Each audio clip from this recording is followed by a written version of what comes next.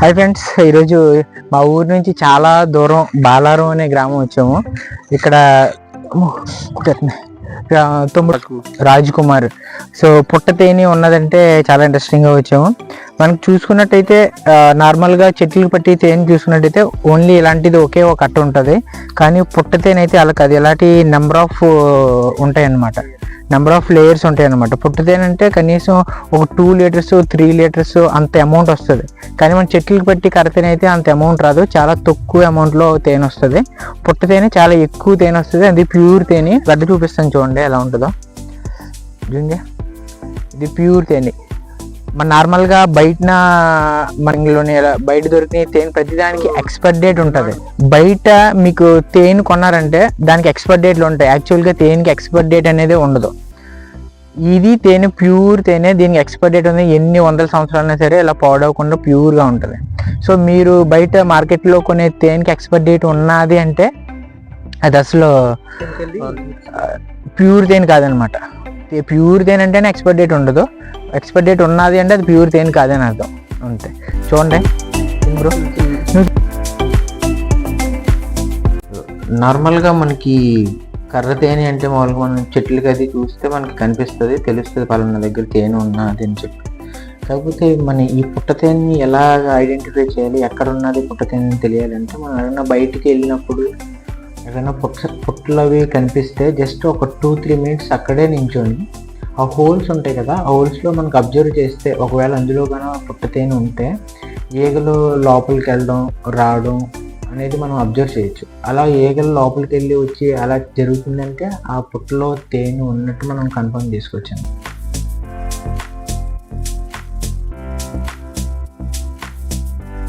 మీకు ఇక్కడ క్లియర్గా ఇంకో విషయం ఏంటంటే, ఒక పుట్టలోని తేనె ఉన్నది అంటే ఇంక అందులోని ఒక జర్రని కానీ ఒక పాముని కానీ ఇటువంటి ఏమీ ఉండవు. సో మనకి ఆ భయం అసలు అవసరం లేదు. డైరెక్ట్గా మనం చేయిపెట్టి తీసేయవచ్చు, ప్రాబ్లం ఏమి ఉండదు. మళ్ళీ ఈ పుట్ట తేనె తీయడం అనేది అన్నిటికన్నా చాలా ఈజీ. మామూలు కర్ర తేనె పెద్ద తెరలో ఎటువంటి తీయడం కన్నా ఈ పుట్ట తేనె తీయడం చాలా నాకు తెలిసి చాలా ఈజీ. దీనికి పొక్కు కూడా పెట్టనవసరం లేదు.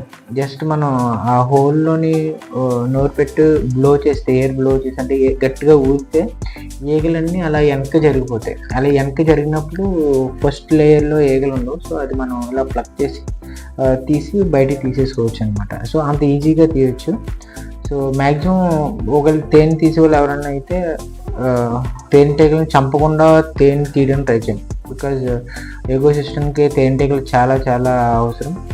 ఒక రీసెర్చ్ ప్రకారం తేనెటీగలు లేకపోతే మన భూమి మీద జీవమే ఉండదంట. So don't kill the honey bees. So ఒక పుట్ట తేనెలో మనకి చాలా లేయర్స్ ఉంటాయని చెప్పాను కదా, ఆ లేయర్స్లో మొత్తం అన్ని లేయర్స్లోనే తేనె ఉండదు. కొన్ని లేయర్స్లోనే తేనె ఉంటుంది. మిగతా లేయర్స్లో వాళ్ళు ప్రొడక్షన్కి సంబంధించి next generation honey bees productions ఉంటాయి. దాన్ని మనం పురుగుల తట్ట అంటాము. అది చాలా మంచిది. ఆ పురుగుల తట్ట తింటే కళ్ళకి చాలా మంచిది అన్నమాట. ఈ తేనెలో మనం తీయడానికి వెళ్ళిన తేనెలో నేను బాగా తెలుసుకున్నది ఏంటంటే, నేను చిన్నప్పటి నుంచి వింటున్నది ఏంటంటే, మనకి ఏమన్నా మైలు తగిలినా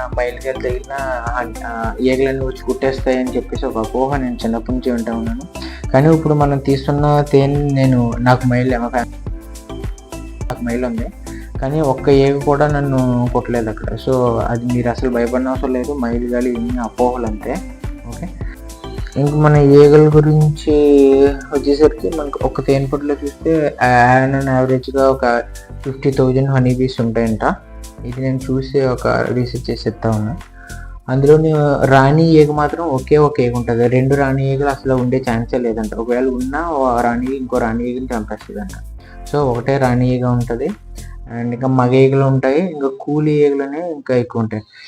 ఆ తేనె పొట్టు మొత్తంలో 50,000లోని కూలి ఈగలే ఎక్కువ ఉంటాయి. అవే బాగా హార్డ్ వర్క్ చేస్తాయి. తేనె అట్టలు పెట్టడం అయితే కానీ, బయటికి వెళ్ళి ఆ హనీని పువ్వు అని ఇంకో ఎల్లో కలర్ ఎలిమెంట్ ఉంటుంది దాన్ని తీసుకురావడం అయితే కానీ, ఇవన్నీ ఎక్కువ కూలి ఈగలే పనిచేస్తూ ఉంటాయి అనమాట. హార్డ్ వర్క్ ఎక్కువ చేస్తూ ఉంటాయి కూలి ఈగలు. ఈ హనీ బీస్ ఈ తేనె వచ్చేసరికి మనకి కర్ర తేనె, పుట్ట తేనె, ఇంకా పెద్ద తెర అలా డిఫరెంట్ ఉంటాయి. అన్నింటికన్నా బాగా అందరూ ఎక్కువ ప్రిఫర్ చేసేది కర్ర తేనె, తక్కువ క్వాంటిటీలో దొరుకుతుంది. సో ఆ తేనెకి బెనిఫిట్స్ ఎక్కువ ఉంటాయి. సో అందరూ ఎక్కువ ఆ తేనె ప్రిఫర్ చేస్తారు అన్నమాట.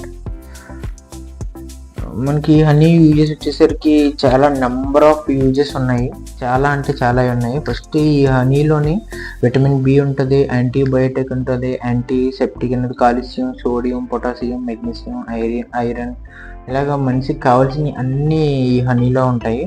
దీనివల్ల చాలా హెల్త్ బెనిఫిట్స్ ఉన్నాయి. అందులో కొన్ని చెప్తాను.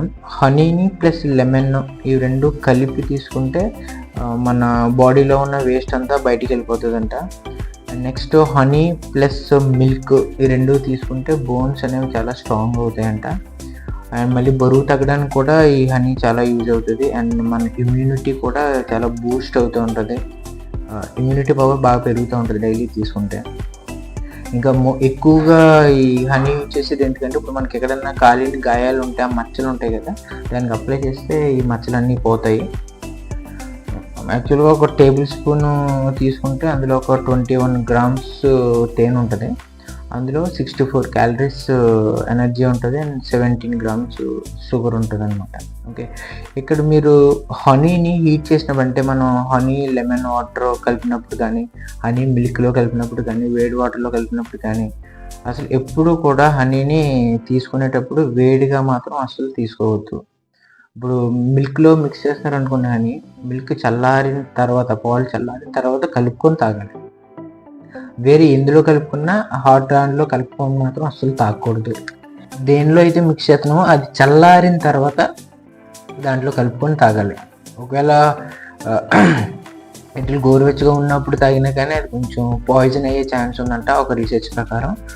So don't mix honey with hot liquids. After cool అయిన తర్వాతే కలిపి తీసుకుంటే చాలా మంచిది. ఇది ఒకటి చాలా ఇంపార్టెంట్ పాయింట్. ఓకే గైస్, ఇది ఈరోజు మన వీడియో. మరింత ఇంట్రెస్టింగ్ వీడియోతో మళ్ళీ కలుద్దాం. సో అంతవరకు stay tune to our channel. Please subscribe and share our videos. Thank you all.